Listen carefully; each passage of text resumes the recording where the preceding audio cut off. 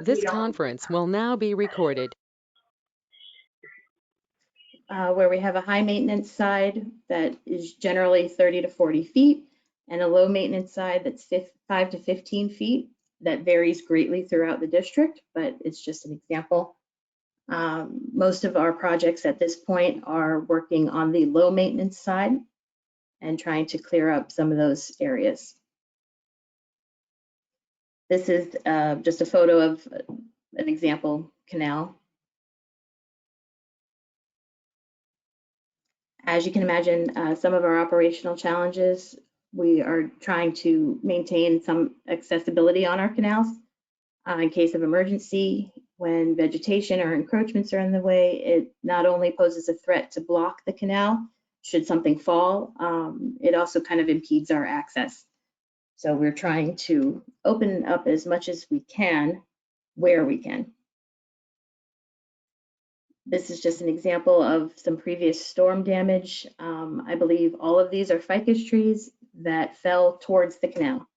They're notoriously top heavy, and as you can imagine, we never know which way they're going to fall, but these fell, blocked the canal, and they pose the threat of blocking that canal for the homeowners upstream and causing some flooding. After Hurricane Irma, which, as you may remember, was either a 1 or less than 1 in our area, we had approximately 500 trees that were down within the canal or the rights-of-way. This is just a map that we use to prioritize our crews to remove them. But this is what we were trying to avoid. As you can imagine, it's much more difficult and much more expensive to remove trees from a canal after a storm than it is to do it in advance. So this has been our mission.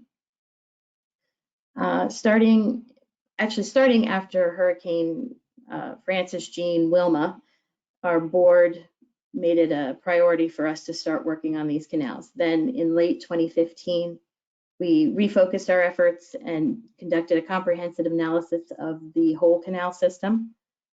Over 180 miles were identified as being obstructed in some way with vegetation. We prioritized the canals that were closest to our major control structures, then worked on our equalizer canals that run north-south, and then we went to our larger lateral canals, and now we're kind of working on the smaller lateral canals that are left on this original 180 miles. As of February, we had removed over 130, so we are close to completion on the vegetation portion of this project. This specific project is the L-43 Canal from west of Jog to the E-3 Canal. As I mentioned briefly, if you overheard, it's currently being staked. The tentative start date for this project is the end of April, and we expect it to be complete by mid-June. As you can imagine, those dates are subject to change for a wide variety of reasons. But once vegetation is cut, it will be removed within 30 days or less, particularly as we get closer to hurricane season. Any additional earthwork or regrading would be completed by our crews at a separate time. We're just trying to kind of clear out, see what's there so that we can assess the overall canal and go from there. So earthwork would be performed at a later date. This is just the map. It's also available on our website so that you can get a better look at your specific property. The red dashed line, the bold red dashed line, is our right-of-way line. For this project, in some areas, there's also a limits of clearing line, as we've unearthed several historical agreements that allowed for some additional vegetation. So we'll be clearing to the limits of clearing when applicable. That first segment was Woodfield from west of Jog to Jog. This would be from Jog to St. Andrews. And then this is from St. Andrews to E3. I know it's very small.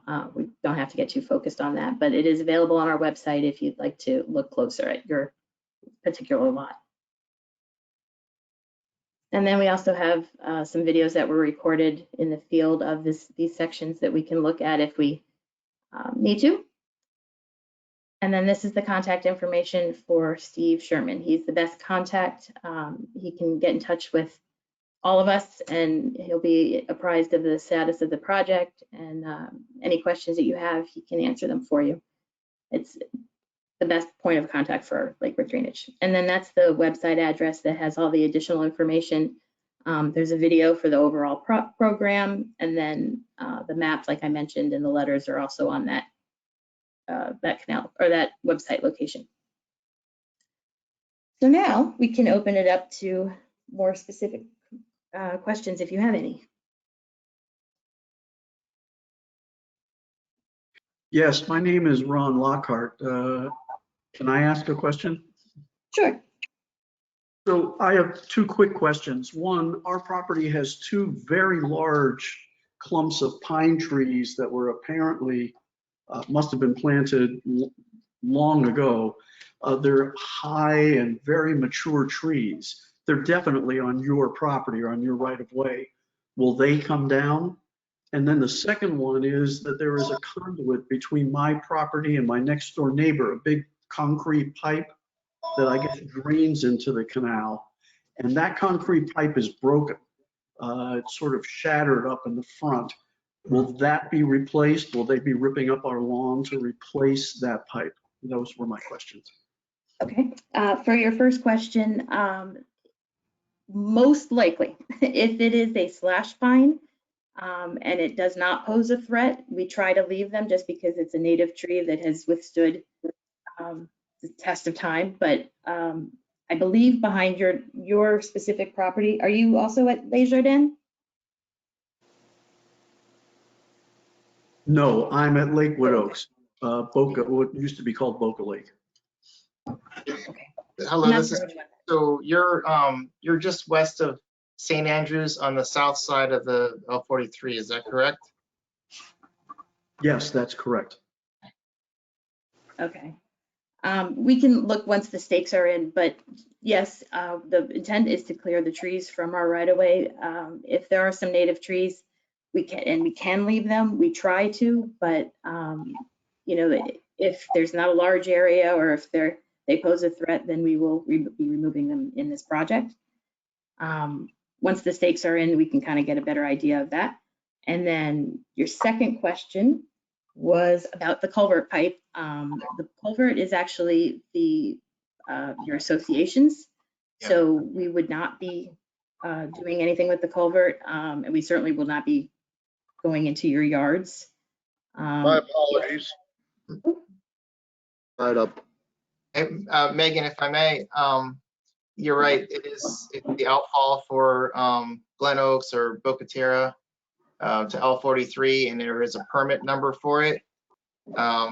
You can contact me separately. This is Steve Sherman, and we can talk about the pipe, but that would be ultimately the responsibility of the HOA for any pipe or damage to that pipe. And we can talk more offline about that, sir, if you'd like. You're on mute, sir. Yeah. Here we go. Okay, thank you very much. I just wanted to, so what you're saying is that the pipe is going to be the responsibility of Lakewood Oak, and somebody will make a decision on the trees. They are native trees. Boy, they have certainly stood the test of time. I've watched them during all of the hurricanes. They're probably going to live much longer than I am. So that was really the only question. Okay, thank you. I have two questions. Go ahead. Yes, good morning. My name is Rick. Good morning, Rick. Under the offer to purchase the portion of the right-of-way, who is the owner of the right-of-way? Is that the Lake Worth Drainage District? Steve, do you want to speak to Well, those? if it's about the area north of on the north side of L-43 where you received the letters to purchase the right of way, Yes. yes, that is owned by the Lake Worth Drainage District as the fee simple owner. So the property would be being purchased from the district. And do I read in the letter that if I'm unable to buy or to accept that offer to purchase now, that it would still be open to me in the future to make that purchase? Yes, sir. The board has approved for 2 years for that to happen. So, back from when the board made the decision, I think it was at our January, maybe February board, but they've allowed for 2 years for you to decide. After that, it would have to come back to the board. It would be looked at again for the value, and all that would have to be updated. And staff would have to bring back another proposal. So you do have some time. And then my last question, thank you so far. If my neighbor does accept the offer to purchase and I don't, what does that mean for the maintenance of the canal area? Well, we're trying to make the right-of-way basically a straight line for maintenance purposes so that it doesn't have a sawtooth shape. If you do not purchase and your neighbor does, we maintain up to the line. So we would just come in the 10 feet. We mow 4 times a year for our top of bank, and we mow the sides 3 times a year. But we would maintain up to whatever that line is. And if Thank you. This is Anthony Lascasas, and again, I apologize for being late. In answer to, I'm Director of O&M. In answer to your question, one of the biggest differences between you purchasing or not purchasing the property beyond the maintenance are any encumbrances. If you purchase the right of way and you want to put a fence up to your new property line, you can. If you do not purchase the right of way, you can put a fence up to your existing property line. Any encroachment within our right of way that we own in fee simple would have to be removed. Understood. Thank you. Yeah, this is Larry Logue. I have a question. Hi, Larry. We are also on the, I guess you call the low maintenance side. We're in the Lakewood Oaks development. So we have some low native shrubs, saw palmetto, cocoa plum. So is it correct that those are likely to stay since they're not really in danger of falling into the canal? Not necessarily. If they're within our right of way, our intent is to clear the right of way. So more likely than not, they would be removed. Unfortunately, without being able to see exactly what we're talking about, we have to see the stakes maybe, but I can try to pull up the video as well. But no, there isn't the intent to remove them, especially if they're within the right of way. Okay, but you had said a few minutes ago that possibly some tall / pine trees would not be removed. I mean, if we're talking only the native plants, then it seems a little inconsistent. I understand.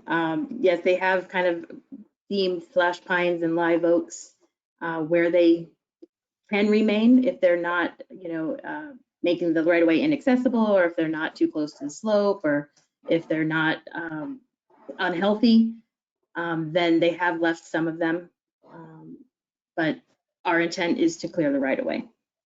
And then again, this is Anthony Lascasas. Again, the intent of the leaving the live oaks / pines and some isolated native trees, as an attempt to maintain some aesthetics. We can live with some of that vegetation on our right of way because they do have a fairly high wind tolerance. But if they obstruct the right of way, we will remove them whether they're native or not. Shrubbery, while I understand, they're lower and they'll quite present the same hazard. You also can't drive around a shrub wherever it is. And they do obstruct the right of way. And again, from our purposes, it's whether or not we can maintain our right of way in a manner that we deem appropriate. And, saw palmettos, they pop up left and right. And there may be some instances we may leave it. There may be some instances where we may remove it. It all depends on the specific site conditions and, what what our obstacles and issues are with it. But again, the intent of our right-of-ways is to maintain them clear and free so that we can maintain them for drainage flow. And anything that is left, certainly the non-natives, that's not even a question. We remove all non-natives. And then any native vegetation is on a case-by-case basis. Okay. Now, as I mentioned, we are on the low maintenance side. Would you normally be getting equipment into the low maintenance side, or would you access it from the high maintenance side with a boom over the canal? Now, in fact, I'm trying, one of the things I'm looking at doing is reshaping that canal once we're done with the trees, so that we have, the intent of all of our right-of-ways is at some point to have a low maintenance bank that we can maintain with at least small equipment, and a high maintenance side that we can maintain with heavy equipment. So the fact that, to say that we will never be on that far on that low maintenance side is not our goal or intent.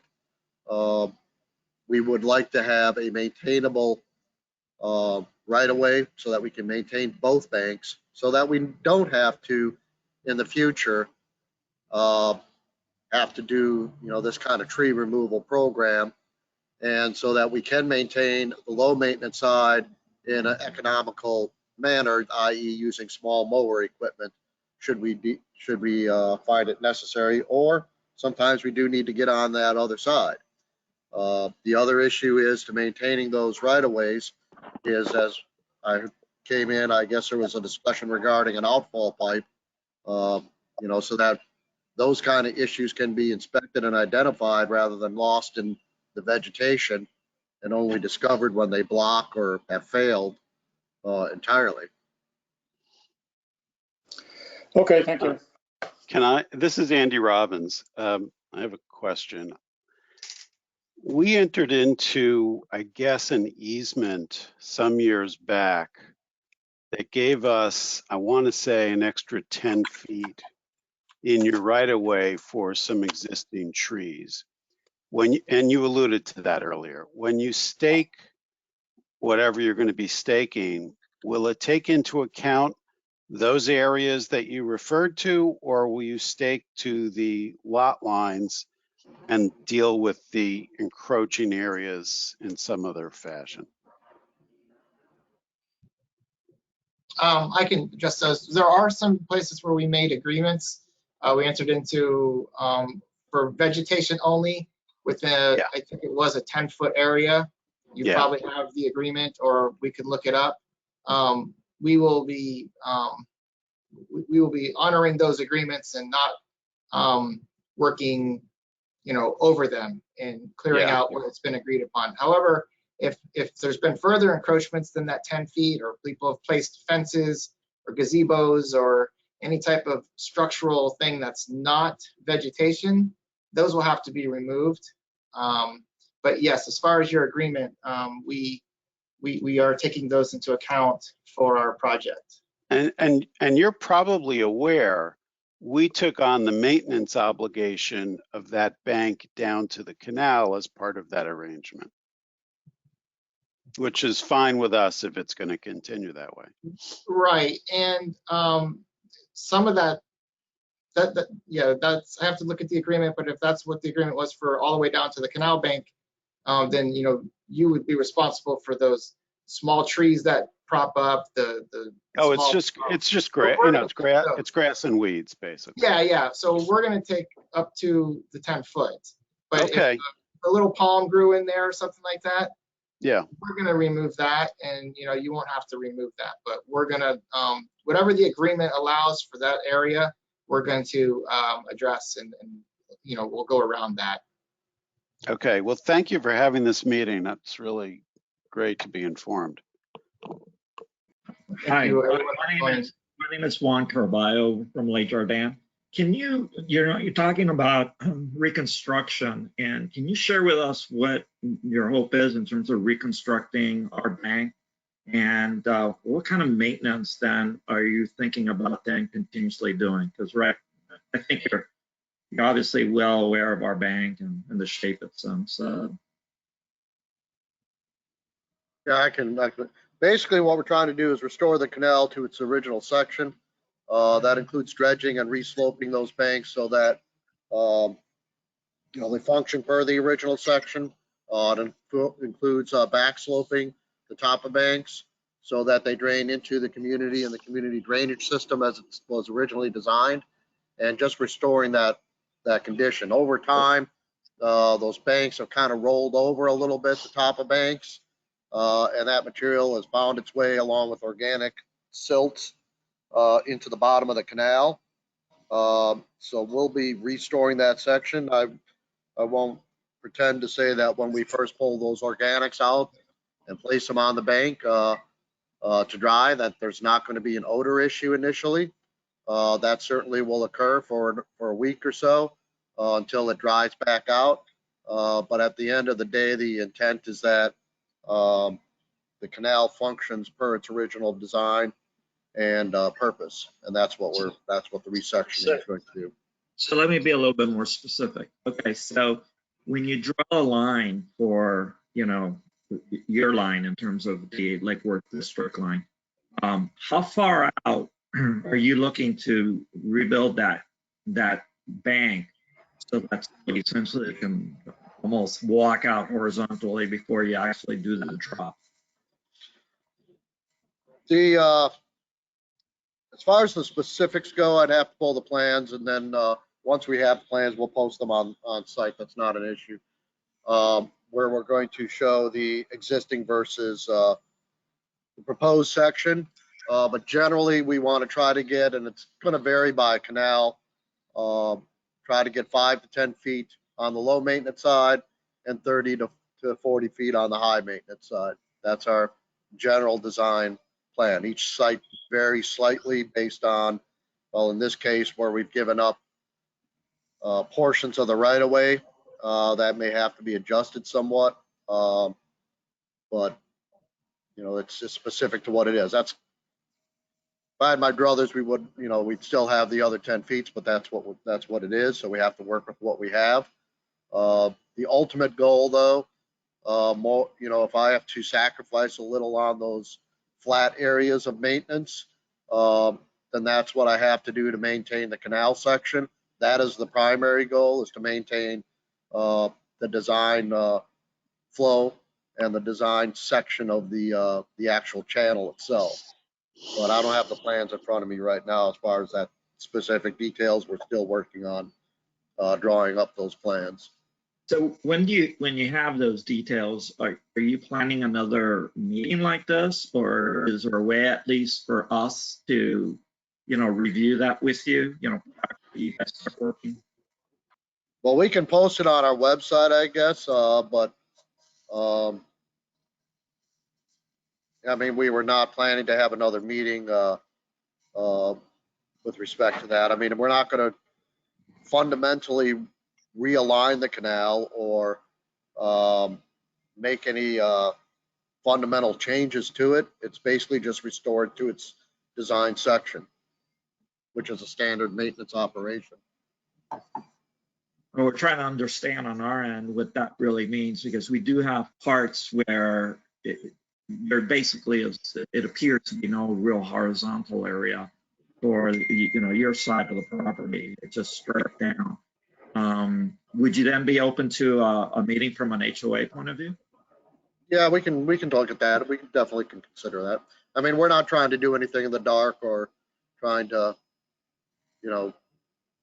create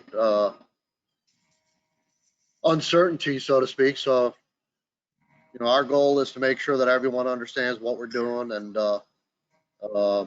why we're doing it. So we can look at doing something to that effect once we have those sections laid out and send it out. All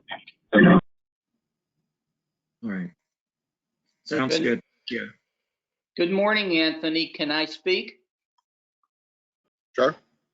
Thank you. I've had the pleasure of speaking with you several times on the telephone, and I just wanted to clarify one of the things that you stated, and that is after all of the cleaning of the banks and the common areas that Lake Worth controls of shrubs and trees, et cetera, that you find necessary, then you are going to also attempt to improve the water flow by dredging. You used the word dredging. And then you mentioned that the additional dirt from the floor of the canal would be placed on the side where the work has been done and let it dry out. And I understand all of that, and I've seen you do that at Broken Sound and at Woodfield Country Club and things like that. Not Broken Sound. What? Oh, Broken Sound. I'm sorry. In any event, once the dirt has dried out, is it incumbent then that Lake Worth will also remove that dirt, as you have done elsewhere? That's my question. It depends on the amount of material and how that sits with the section. If I can reshape the section without removing the material, that is certainly our preference. Obviously, to move material costs money and hauling costs and what have you. And if I'm short material, I'll just reshape it in place and have what's called basically a zero cut fill. That's our intent. Once it dries, it's basically just organic material and sand mixed together. It actually grows pretty well after that. It's got a lot of organics in it. So it turns into a pretty hefty growing bed, so to speak, once it's done. And again, once it dries, then it generally doesn't continue to be an odor problem. So it's going to depend on my section, but my goal is to not remove anything out of off-site if I can achieve that. All right, but you will then just be pushing it around and reshaping the bank or whatever with it. Yes, that's essentially it. Last question. We haven't addressed, well, in a way you have addressed it because you're going to dredge, but we have on the western side of Jog a tremendous difficulty with algae growing in the canal. And so we would hope that by dredging, that will clear up and the water will flow cleanly and smoothly.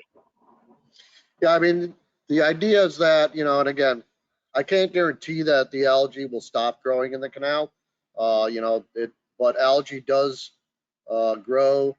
It's relation to nutrients and water temperature. And if that canal is shallow, the water gets much hotter a lot faster, which promotes algae growth. If the canal is deeper and we're looking to pull several feet out of it, then that'll keep that water temperature from escalating up and hopefully will reduce the potential of algae growth. I can't assure that it will be definitely done or there'll be no algae growth in the future, but it should improve the situation just by the fact that it's a deeper water body and not heating up to that extent. Thank you very much for your input. Yeah, I just want to jump in. I just feel the need to remind everybody that the fertilizers that HOAs use on their lawns to give you the beautiful green lawn runs off into the canal system and is a great contributor to the algae growth. So looking at using less fertilizer and more friendly Florida landscaping is a big benefit.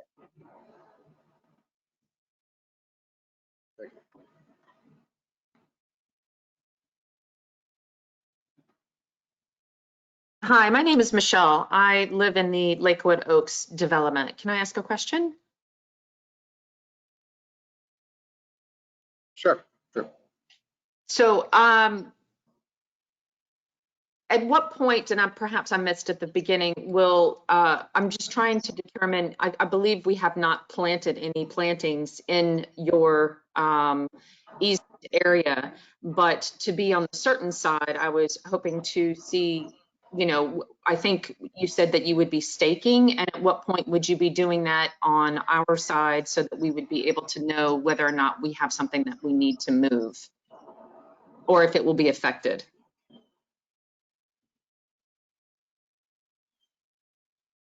Megan, we cannot hear you. Oh,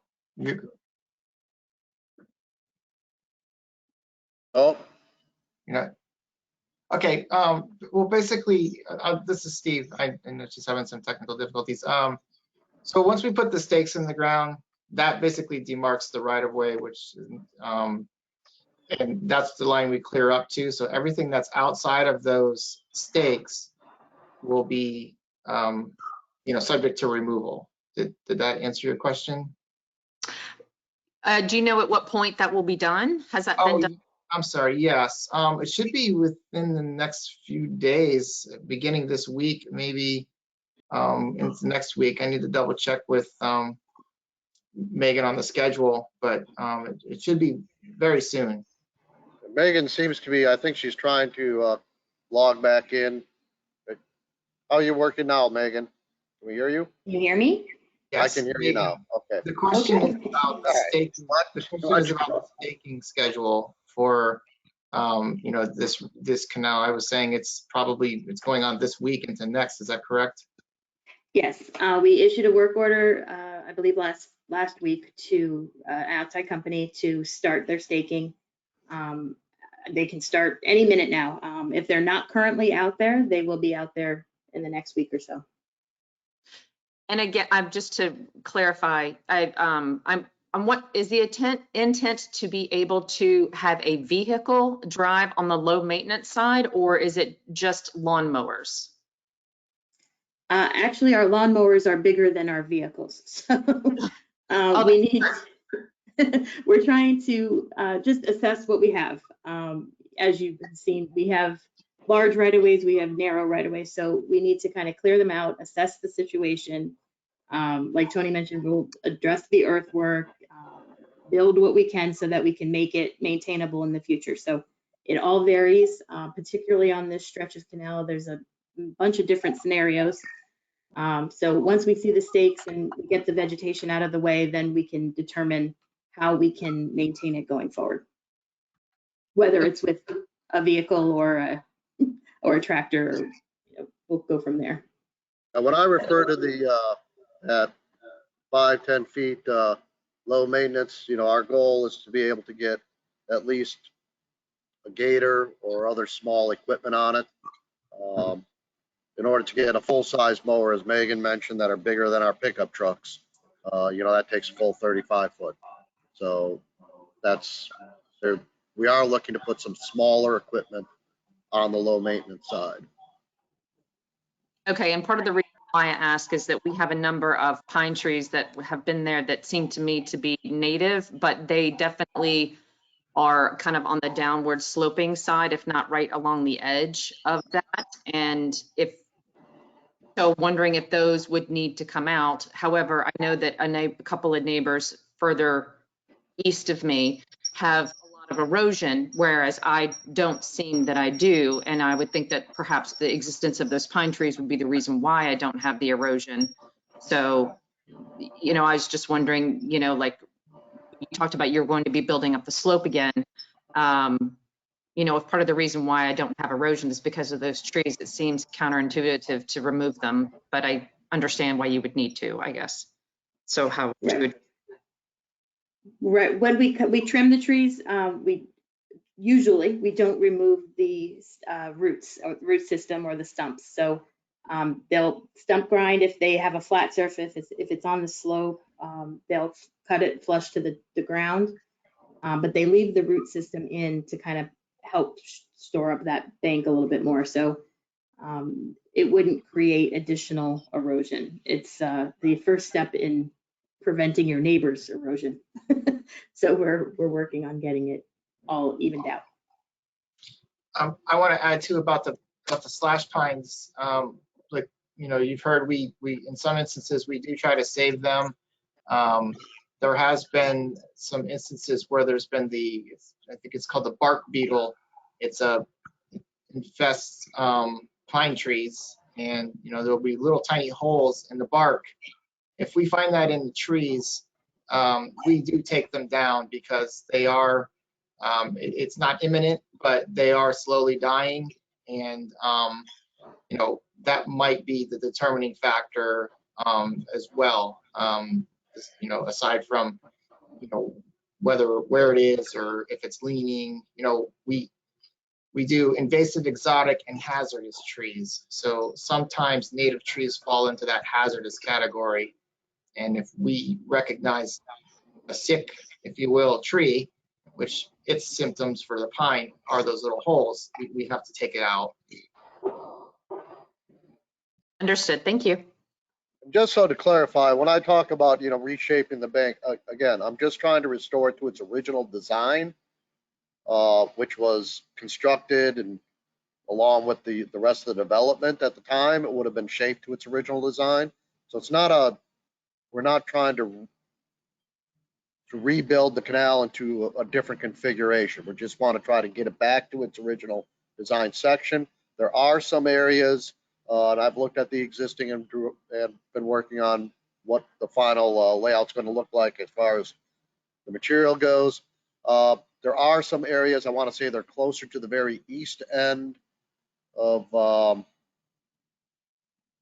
right basically at the bridge abutments, where you get closer to the bridge abutments, it seems to be where we've lost the section more than other areas. But for the most part, I mean, there's going to be some reshaping, but I'm not shifting the canal dramatically or changing it. Like I said before, it seems that there's some areas, and you'll notice when you go out there, if you look in your backyard and you notice that it's kind of rolled over at that top edge, that top edge is going to be restored. And those are the areas we're predominantly talking about recovering. And then, like I said, the main focus, or one of the other main focuses, is trying to restore that bottom so that we have the full depth of flow that it was originally designed at.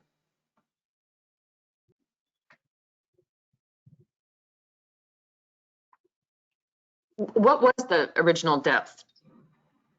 I don't have that number in front of me. I mean, it's about, I want to say 4 to 6 feet. It's about 2 to 3, I think. Right. But I don't have the numbers in front of me, so I want to write that down and take it to the bank. And we'll have the sections, like I said, once I have the sections drawn up and completed.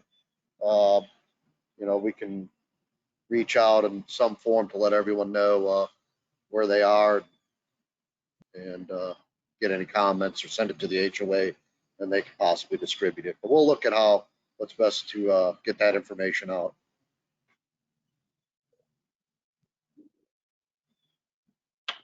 Any more questions?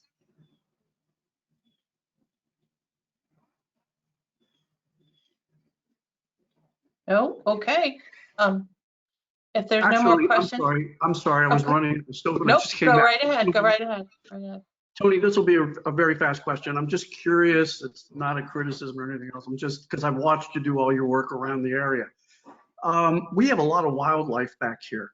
We have a couple otters, innumerable turtles, 2 storks that live here. I'm just curious what happens to the wildlife and how it's handled here.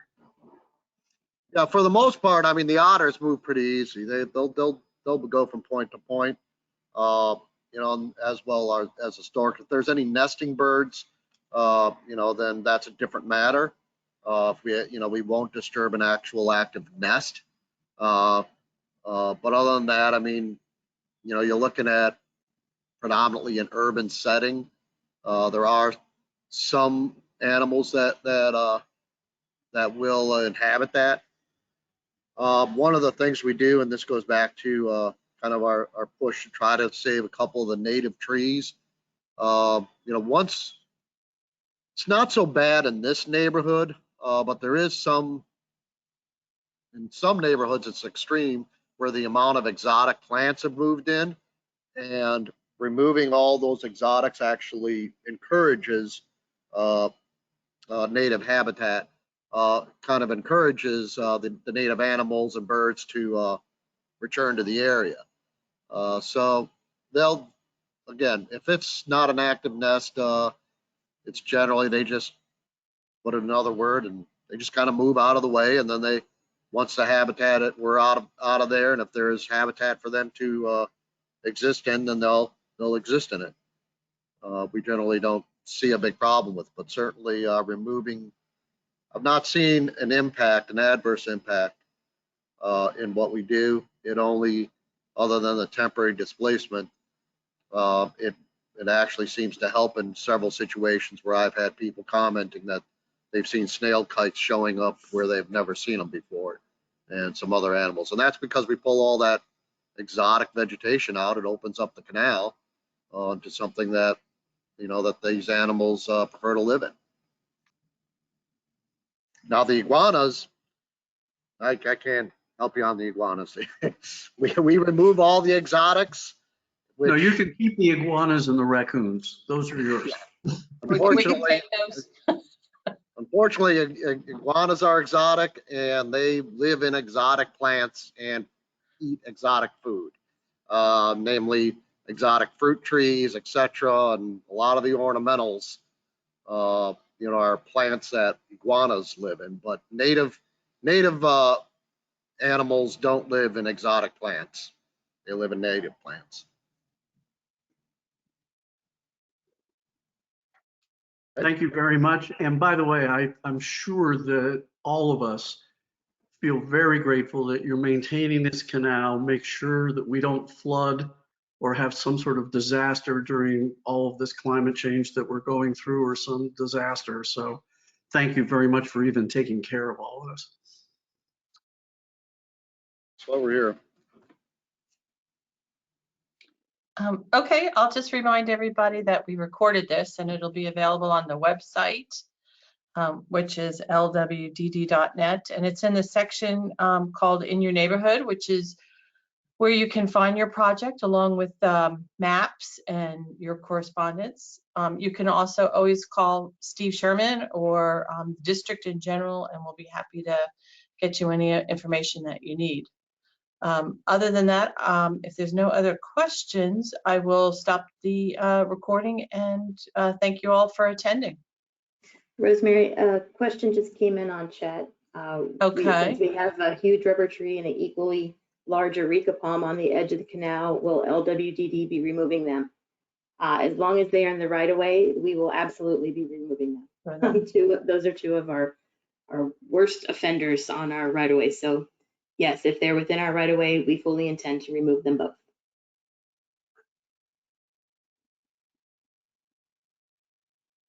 And unfortunately, oh, did I freeze? Can you hear me still? Yes. Yeah. Okay. When I had to sign off, I lost the ability to be a presenter, but Steve's. Oh, I'm sorry. Do you want to? You need it back? Just so I can put that last slide up with Steve's contact. Yeah, I can do that for you right now. There you go. You should have it. Thank you. And let me share his information again. Okay, that's our best point of contact. Steve will be able to answer all of your questions and get in touch with any of our crews or get any additional information that you may need.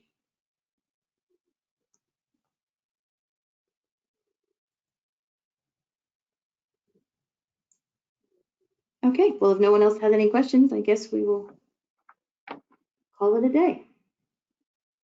Okay, thank you all. Thank you for calling in.